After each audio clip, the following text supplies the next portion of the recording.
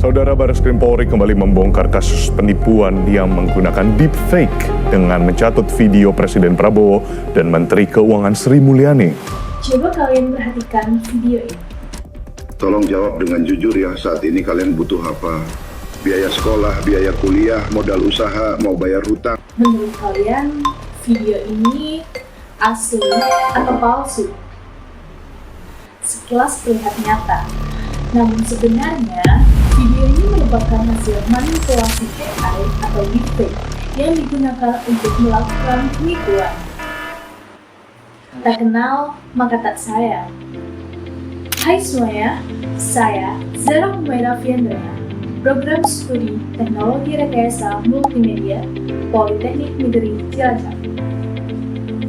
Pada video ini, saya akan membahas tentang penegakan hukum yang berkeadilan di era digital melalui kasus penyalahgunaan teknologi deepfake AI.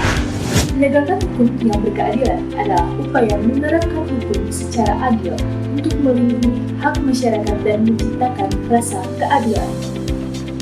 Di era digital ini, tantangan penegakan hukum semakin kompleks karena kejahatan ini dapat dilakukan melalui teknologi dan media digital. Kasus yang saya pilih adalah penyalahgunaan deepfake AI yang mencetus Presiden Prabowo Subianto dan beberapa negara pejabat lainnya.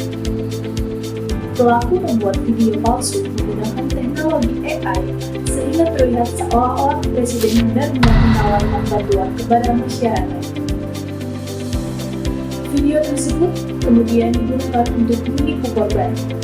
Saya memilih kasus ini karena menunjukkan bagaimana perkembangan teknologi dapat dimanfaatkan untuk melakukan kejahatan digital yang berdampak luas.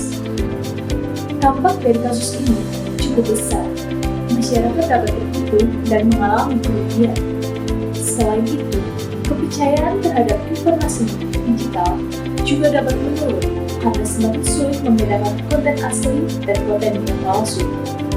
Bahkan Kominfo menyebutkan bahwa kasus penyalahgunaan deepfake meningkat hingga 550%, sehingga masalah ini perlu mendapatkan perhatian serius. Dalam kasus ini, Direktorat Tindak Pidana Cyber berhasil menangkap pelaku yang membuat dan menyebarkan video deepfake tersebut. Menurut saya, langkah ini menunjukkan bahwa negara hadir untuk melindungi masyarakat dari kejahatan digital.